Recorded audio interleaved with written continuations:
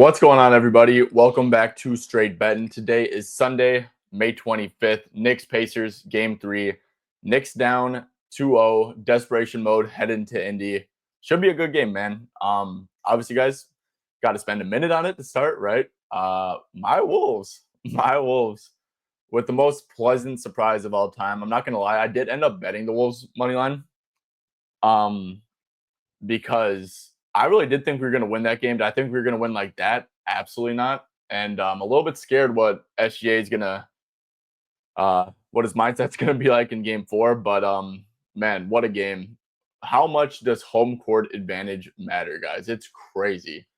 It really is crazy, man, because home court advantage really dictates how the game gets officiated, bro. It's really crazy. And obviously, like how runs can get. But like, OKC just doesn't get away with like the hacking. Like Caruso was getting these like normal reach and calls. And honestly, guys, I'm gonna be completely honest, bro. The Wolves in that first quarter, they set the tone by playing like how OKC does, man. Just going for steals, like borderline fouling on some of them for sure. But like we were at the crib, the energy was on our side, and like the refs just do not want to blow the whistle as much when you got the crowd like that, man. So it's kind of crazy. We played our asses off, made shots, won by 40 against the best point differential team of all time. Great game, man. And I'm feeling really good about our chances in game 4, man. But then, gonna still be level headed and realize how home court advantage has been for OKC against us. So yeah, but in a great mood.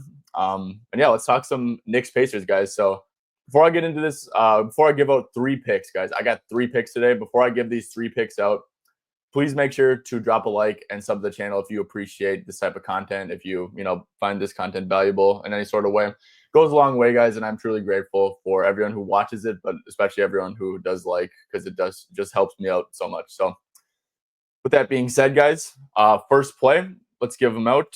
And then we'll do a little game breakdown. But first play, guys, going with Josh Hart under 8.5 points, plus 105 at Caesars. Look, man, reports came out last night that it's very likely that Mitch is going to start at the 5 and Cat starting at the 4, Josh Hart heading to the bench. And that makes complete sense. Josh Hart has not been good in this series. Neither has Cat. Hart's kind of been a big liability on offense.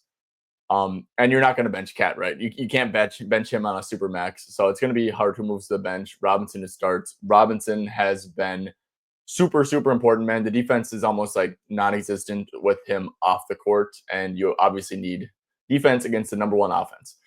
So, yeah, look, Josh's minutes have not been good. Mitch's have been very, very good. Josh Hart last game, man, he only played 29 minutes after playing 39 regulation minutes in game 1. I think they go down from there, if I'm going to be completely honest with you. I think he only plays like 25 or 26 minutes. Like I said, you just got to have Mitch out there. Even Deuce and just being a threat to catch and shoot has been massive. So, yeah, Deuce minutes have been good. Just Josh has not been good in this series, man. So, like I said, I do expect it in an absolute must-win. You cannot go down 0-3. I kind of think that Josh's minutes get cut back to like 25 or 26 here as he very, very likely comes off the bench. And guys, if you look at his field goal attempts this series, man, 6 field goal attempts in this one, 3 field goal attempts in this one. So because of that big game 1 minute wise and all that, and the game going to overtime, Josh Hart is only averaging 4.5 field goal attempts per 36.5 minutes on this series. So like if my minute projection is right and he plays 25 or 26 per 26 minutes in this series, obviously, guys, 2-game sample size, so don't take a ton from it. He's only averaging 3.2 field goal attempts per 26 minutes this series. And the thing is, like, why would the Pacers switch anything up on how they're defending Brunson? They played really solid defense, like team defense last game. They're up 2-0. I don't think they're going to switch up anything. So that means it's probably going to be a big Brunson game once again. And obviously Brunson's going to show up in this spot. Cat continues to get guarded by a center. So although I don't think Cat plays a ton of minutes compared to normal, he's probably going to be pretty good scoring the ball on a per minute basis. Look, they're just going to keep doing the same thing on defense. Like I said, I don't know why they'd make an adjustment here. So yeah, Hart's just not getting any volume this series. And then you could do a quick little filter. So like I said, he is averaging 3.2 field goal attempts per 26 minutes this series. So not minutes, but let's go to field goal attempts. You could go. Let's see, with 6 or less field goal attempts this year, he's under in 10 out of 20 games, or yep, under in 10 out of 20 games. But guys, a lot of these were like big minute games where he happened to have a ton of free throws.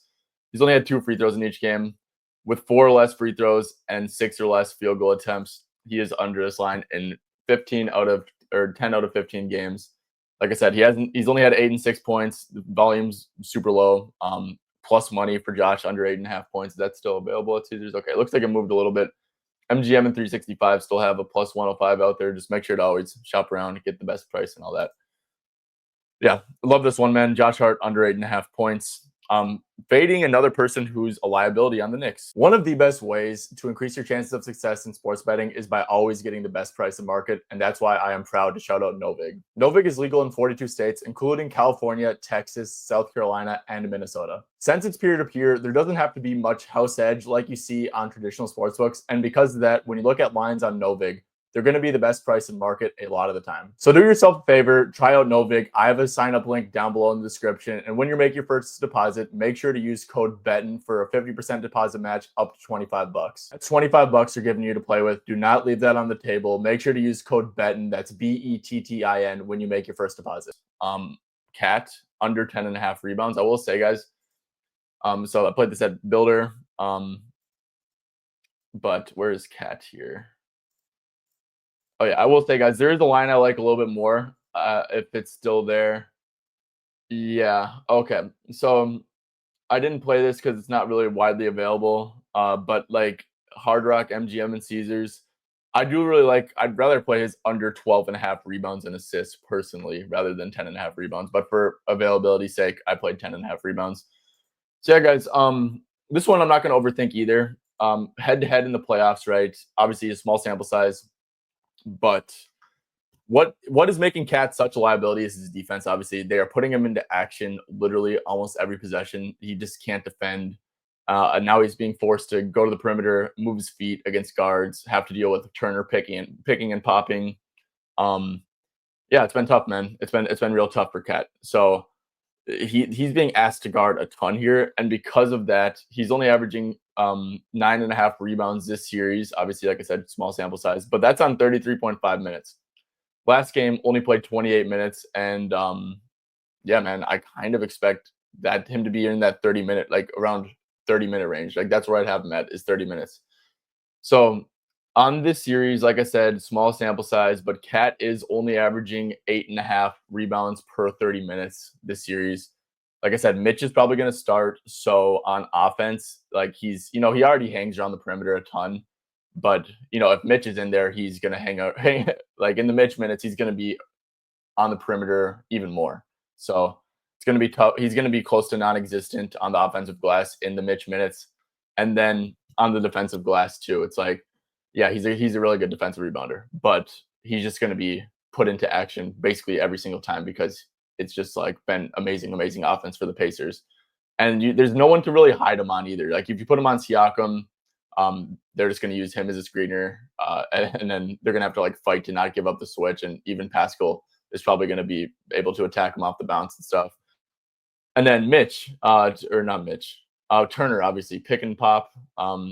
You gotta attend to that. Maybe they ask him to switch on to Halliburton, but he can't really defend out there. So yeah, it just like every single time Cat's defending the action, that's a win for the Pacers, and I expect them to keep going at that. And that's going to be tough for him to rebound, and it's kind of shown so far in the series where his rebounds are at on a per minute basis. So, and like I said, I truly do think that Mitchell Robinson's going to play more minutes than Cat in this game, just because he's been better, he's been more impactful. So yeah, Cat under 10.5 rebounds. Let's see the prices real quick. So like FanDuel has the worst price, Caesars. Yep, some minus 105s at the other books, minus 110. Like I said, I played this at Prop Builder. Always make sure to check that as well. Yeah, Cat under 10.5 rebounds is play number 2. And let's just get into play number 3 as well. Tyrese Halliburton over 2.5 3-pointers made. Mitchell Robinson 6+ rebounds. So Mitch is like the juice reducer. The main play is Tyrese Halliburton over 2.5 threes. Yeah. So He's had 12 threes. He's not shooting the ball well from deep at all this series, but he has had 12 3-pointers attempted and 10 3-pointers attempted this game. And I just don't see how that's going to change with the Knicks going big, right? So Halliburton's going to run the pick and roll against Cat. The one thing you can't do in these pick and roll situations is blitz Halliburton. It's just a disaster waiting to happen. Hallie's so good at not turning the ball over. Indy, their players are so connected. They're so good at moving the ball. Now these guys the role players are at home, so it's like, I mean, you could even like make a case like these guys are definitely gonna be making shots too. And just blitzing Hallie's a disaster, man, for the way this Pacers team moves the ball and the way Hallie can avoid not turning it over. So it's either gonna continue to be drop if Cat's in it. It's gonna be drop maybe if Mitch is in it, or a switch. It's just gonna be drop or a switch. And I think both of these are going to continue to be viable options for Halliburton, right? If he gets a switch onto Cat or Mitch, honestly, like especially a switch onto Mitch, which probably will happen a few bit of times, you really don't want to drive that. Like, yeah, you could maybe get a little first step on him, but he can recover and get that block too. So yeah, and Mitch is kind of obviously not going to like completely press up, just that's just not what centers do. So like I said, drops or switches, I just think he's going to continue to get that coverage. The way I view it, man, is that like worst case scenario, like the Knicks are going bigger, right? Starting Cat and Mitch. So you're gonna get more Mitch. You're just gonna get more big minutes. So I just don't see how like his volume goes down really. And he's obviously had great volume. So he's averaging 11 3-pointers attempted, 10 and 12. And now the Knicks are going bigger. Like the volume should not get worse. It should get better. But yeah, and then like I said, 10 and 12 3-pointers attempted in the first two games. With 8 to 13 3-pointers attempted on the year, he is over in 35 out of 43 games. And then that's 81.4% hit rate to the over. And then if you filter it to at home, then it's 17 out of 20 for an 85% hit rate. So like I said, man, with the Knicks going bigger, I mean, Hallie's 3-point volume is going to really should get better. But like at the bare minimum, it shouldn't get worse. And it's been at 10 and 12. So yeah, Hallie over 2.5 3-pointers made. He's at home. Hopefully he shoots the ball a little bit better too than how he has been on the road. Mitch rebounds for the juice reducer, man. I love all Mitch stuff, to be honest with you. I just think he's gonna play like 32 minutes or something, and I think the books are kind of too low on it. But yeah, look, in this Pacers series, he has had 8 and 9 rebounds straight up. He's averaging 16 rebound chances. As you can see, 13 rebound chances, 19 rebound chances. But he's doing that on only 25 minutes per game. Like I said, I think he goes up to like 30 minutes, 32 minutes or something like that.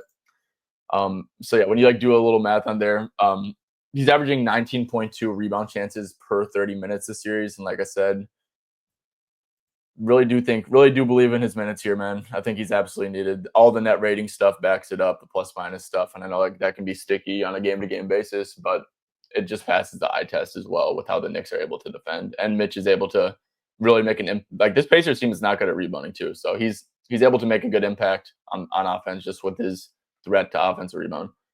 So yeah, man, with rebound chances, like I said, he's averaging 19.2 per 30 minutes in the series with 12 to 19 rebound chances on the year. He has had 6 or more rebounds in every single game. That's 15 out of 15. And like a lot of these games are just like playing like absolutely no minutes. Like let's see how many minutes he's averaging in the sample. 21.7. So yeah. I feel like this is pretty safe, but like honestly, like I said, I am a big fan of Mitch PRA at 15.5. I'm a big fan of Mitch rebounds line straight up, rebounds and assists at 9.5. I think that stuff's all good. But yeah, I'm just using this as a juice reducer. All right, guys, let's spend a little bit more time just talking about this stuff. Like I said, let's go over to the Knicks real quick. Knicks stuff. Jalen Brunson. So first off, with these Knicks guys, like I said, I think that Brunson's going to play close to the whole game.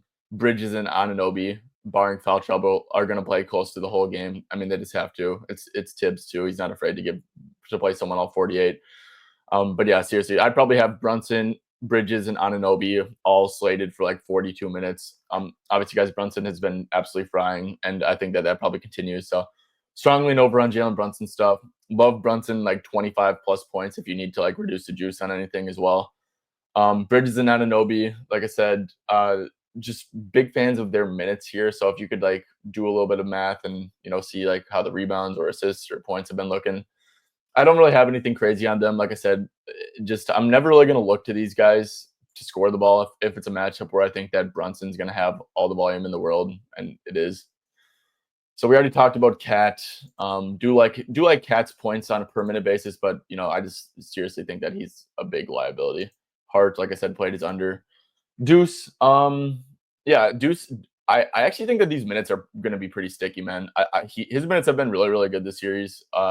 Just him being a threat to catch and shoot, been a massive net positive. So, yeah, I think that like 9.5 PRA. I think it might be like a tad low, man. I'm not gonna lie, because I do think that Deuce is pretty locked into like this 23 to 28 minute range, and yeah, he's been really good. Obviously, this is regular season, but yeah, big fan of Deuce. His volume has also been good. I think there's a decent chance that Campaign just falls out of the rotation completely. So like those 5 minutes that, like 5 to 6 minutes that Payne's been slotted for, maybe he could slide to Deuce. So yeah, big fan of or think that Deuce stuff is actually a little bit slept on too. Campaign guys, I would just like if you guys have I would play any unders here. But the thing is, like, I think that there's a good chance that Payne just DMPs or maybe plays 3 minutes or something like that. So lean under on Payne stuff. On the Pacers side of things, guys, like I said, I'm on Hallie threes. I just don't think the Knicks really have an answer for Hallie. Like, you can't just like bench Cat completely. And as long as Cat's gonna play 30 minutes a night, 28 minutes, those minutes are gonna be food for Halliburton. So still lean over on this, man. Like the PA stuff I really like. He came up short last game, but he did shoot 5 for 16. So yeah. Turner. So in the fourth quarter, and this was obviously like a disastrous minute, so I don't know if these matchups are going to be the exact same. But it was Robinson on Siakam, and he was kind of roaming a little bit. So by the way, guys, Siakam over 1.5 threes is probably my strongest lean that I didn't play at plus 140. Because I do think that in the double big minutes, he gets guarded by Mitch or Cat. Well, obviously, he's going to get guarded by one of them. And I think that threes are just going to be wide open for him in those minutes. So, yeah, big fan of Siakam threes. Turner, though, like I said, he was getting guarded by Cat in those minutes. I still think it's like a good matchup for him. I know he hasn't had like a crazy good game, but yeah, just getting guarded by like Cat and stuff and being used as a screener a ton, I think is pretty good for Turner. Neesmith continued to get guarded by Brunson, so he was used as a screener a ton. Volume wasn't great, but yeah.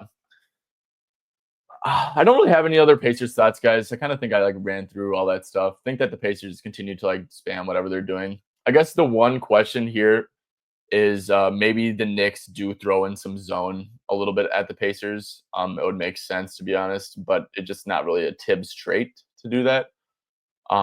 But yeah, wonder if the Knicks go zone against the Pacers, and if you see the Knicks starting off in zone, then obviously instantly look to like the catch and shoot role guys like a Neesmith, a Nemhard to an extent. Siakam's threes would still make sense, but yeah. So, all right, guys, that's gonna do it.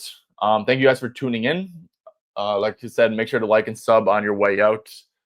And yeah, I'll catch you guys tomorrow with Wolves Thunder game 4, and we got a series, baby, in that. So hell yeah.